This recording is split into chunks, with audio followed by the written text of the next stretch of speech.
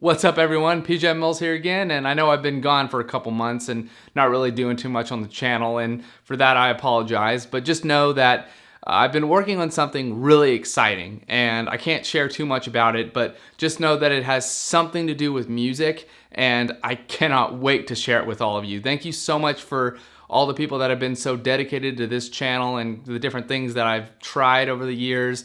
Obviously there are things that I've kind of started doing and then stopped doing over time just because other things have kind of come up and whatnot. But to all those people that subscribed and are still subscribed, thank you all so very much. When I started this channel back in the day and started doing the music thing, the whole kind of point of me doing it was to really share music and have a conversation about music. And there are a lot of people on YouTube that are reviewing albums and talking about artists and kind of creating videos that are centered around specific albums and or artists one at a time. And I think that's awesome. And I've done it myself. I mean, obviously that's a big part of my channel here, but really what I want to do is share music and have those who are subscribed to me share music with me and really just have a conversation. And the feedback that I received from the mixtape series, even though there was only like 3 episodes, I think, were some of my favorite pieces of feedback that I had ever received on a YouTube series, because really it was exactly what I wanted this channel to be, is just people talking about their favorite artist or making recommendations. So I want to bring that back. And obviously there may be some people that could care less about this series, and to those people I'm sorry, but I'm pretty excited about this. And really I think this is going to be a good opportunity to share good music with everyone. So with that said, let's go ahead and jump in.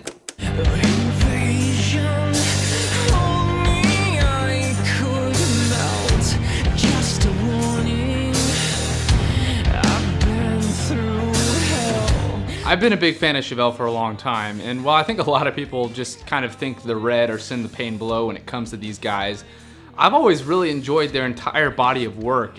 In my opinion, they haven't really released a bad album up to this point. Originally released as a bonus track for the North Corridor back in 2016, A Miracle really stood out to me back then as one of Chevelle's better recent songs, and I was kind of surprised they didn't have it more readily available to the public. Earlier this year, however, they released a collection of B-sides entitled 12 Bloody Spies, and A Miracle was the first track on the album, and I was super excited because I heard the song a couple years ago, loved it, and now I was thinking, great, now I can listen to it on Spotify, finally. This song perfectly features a lot of reasons why I think Chevelle is such a special band. The hook is memorable, the vocal delivery is emotional, the lyrics are cryptic yet incredibly poetic, and the atmosphere here is just eerie. And if there's one thing y'all can take away from my channel up to this point, it's that I enjoy music that sounds creepy. One of the biggest influences for Pete when they were writing the North Corridor were a lot of horror movies that he had recently watched, and with the album as a whole it definitely showed, but I gotta say with this song it really shows, because it just really feels like something you would actually hear in a horror movie, at least some of the production decisions and whatnot.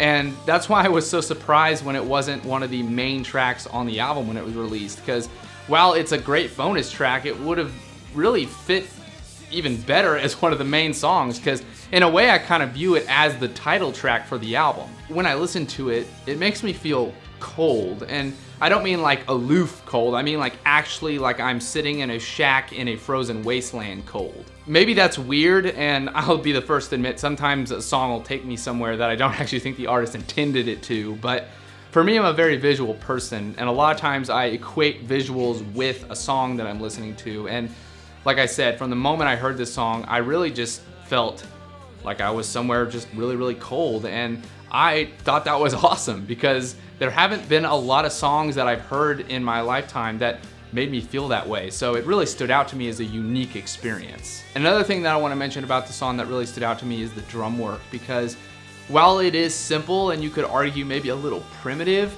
it is so effective in just sliding right into the atmosphere that they're going for. And I don't know, it's just, this song really comes together, and some of the production here is probably some of the best production I've heard on a Chevelle song in a long time.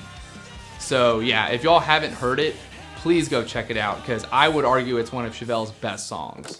No, I move slow, I wanna stop time, I'll sit here till I find the problem. No. I think most people have heard of 21 Pilots up to this point, and saying that their music is some of the freshest to come out in recent years would definitely be an understatement. Tyler Joseph and Josh Dun kind of transcend the idea of the genre and don't really belong to any specific sound. They're all over the place when it comes to their albums. One minute Tyler's rapping about depression, the very next there's an experimental electronic breakdown. Prior to the release of Trench, I was remarkably excited to hear what the guys were going to come up with because I've been a fan of theirs for a couple years and they haven't really released a project that I haven't at least been able to get some enjoyment from. So I was expecting some pretty great stuff with Trench, and it definitely didn't disappoint. But while there are a lot of songs on here that I could spend a long time talking about, I wanted to focus on a very specific one for a specific reason. The first time I heard Pet Cheetah, it took a little bit to kind of grow on me because originally I wasn't quite sure what I was listening to. It kind of felt a little manic and all over the place, but after listening to it 3 or 4 times, it really grew on me. And once I kind of started diving into the lyrics and what Tyler was actually singing about, I realized just how much I relate to this song on a personal level. I've been doing creative stuff my entire life, whether that be directing a short film or trying to write a little acoustic folk song. I have definitely been in a place where I'm sitting there just desperately trying to pull ideas out of my brain and I just can't seem to do it. And I kind of feel stuck. And this song deals with that. It's about basically kind of sitting there trying to fix the problem or pull creativity out of yourself. And I can't tell you how many times that I personally have sat at my laptop or sat there with my guitar just trying to figure it out, just trying to work through the problem. One of the things I adore about music is when it allows us to connect with it. And this song definitely did that for me. Like I said, after I listened to it a couple times, I started realizing that it was kind of in a way my theme song.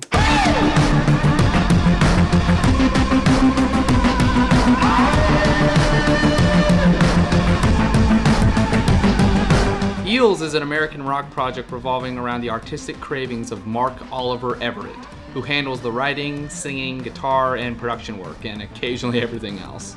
The first time I heard Fresh Blood is actually when my wife and I were watching a documentary series called The Jinx, which is great if y'all haven't seen it, but the song stood out to me because I was like, this is an incredible song, and I kind of thought it may have been the Eels, but I wasn't sure, and I looked it up, and sure enough, that's exactly who did the song. This track was the lead single from the album Hombre Lobo, which was a concept album dealing with desire from the perspective of a werewolf. Hence the howling in the song. Y'all are probably gonna experience some deja vu when I say this, but one of the things that really stood out to me about this song is just how eerie the atmosphere is. And that's achieved by really kind of leaning into the guitar feedback and just letting that distortion just whine and make all these weird sounds. And it's funny because it perfectly kind of lines up with the howling and the werewolf idea, and the tremolo on the guitar is just, it's sexy. It's sexy is what it is. It's a simple song, but by golly is it effective.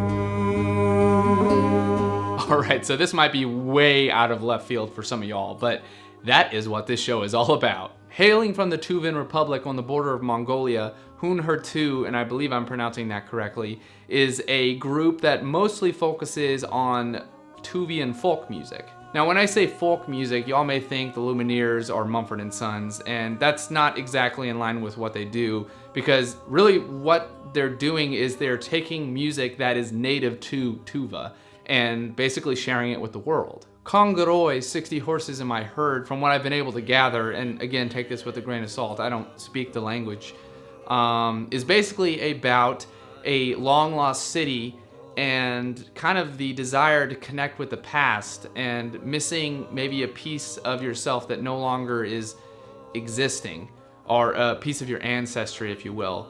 And the sound of this song is very sorrowful, but very beautiful at the same time. There is some throat singing featured here. It's a little more subtle than some of their other songs, but this is one of the songs that I've heard by this group that really stood out to me is just really beautiful and emotional. I know there's probably a lot of y'all that are like, what in the world? I would never listen to music like this, but For me, I've always really enjoyed music from countries that don't necessarily speak English because I think there's a lot of beauty in other languages. And if all the music we ever listen to is just English-oriented music, well, I don't think there's necessarily a problem with that. I think it can be really valuable to listen to what other countries have to talk about and sing about because, I mean, they have just as much of a voice as we do.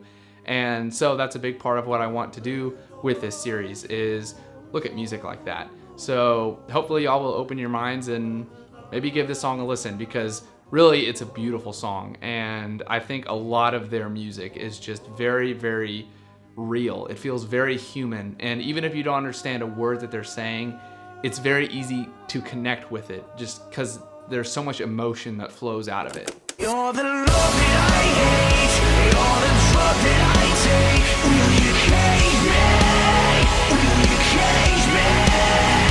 All right, so Starset, I have gotten a lot of requests to listen to these guys, and take this as my response to all the many requests I've gotten over the years. For me, I've never been the biggest fan of sci-fi oriented music or really any music that's kind of based around like a idea, if you will, just because I think it's kind of simple and it kind of puts the artist in a box, if you will. So when I first heard about the concept of Starset, I was a little not so sure about it because I'm like, okay, yeah, space is cool, but does a band only have to focus on one topic?